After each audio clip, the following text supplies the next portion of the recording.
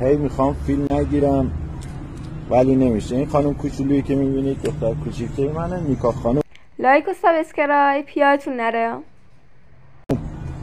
بزرگترین کوچکترین اختلاسگر ایران چند روز پیش با خوشحالی اومده خونه، میگه 4-5 روز پیش میگه شدم سفیر سلامت مدرسه.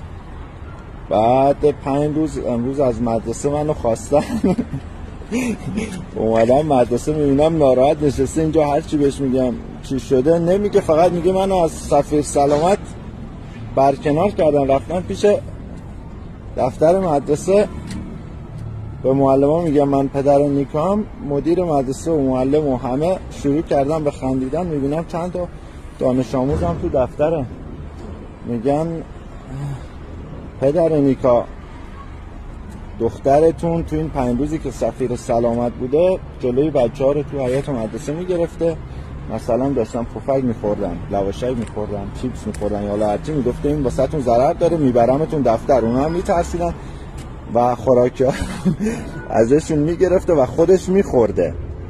نکته جالب ماجرا اینه 30 تا شاکی خصوصی داره. در همون دقایق اولیه به 3 تا از دوستاش اعتراف میکنه نیکا خانم و میگه با خوراکی هم به اونا دادم و اونا هم همدستم.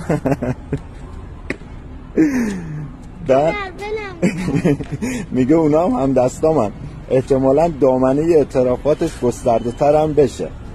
حالا من متهم شدم به پرداخت رد مال 30 تا چیپس و پفک و لواشک و پاستیل و اینا بخرم واسه اینا تا رضایت بدن. فقط مشکل ما اینه که دخترمو از مسند قدرت برکنار کردن. دختر من دیگه نمیتونه سفیر سلامت بشه. از دوستان وکیلی که این فیلمو میبینن خواهشمندم یه برنامه چیزی بدن که دخترمو به قدرت برگردونم. الان میفهمم واقعا قدرت برای بعضیا چقدر دلنشینه که هیچ حاضر نیستن از قدرت بیان پایین.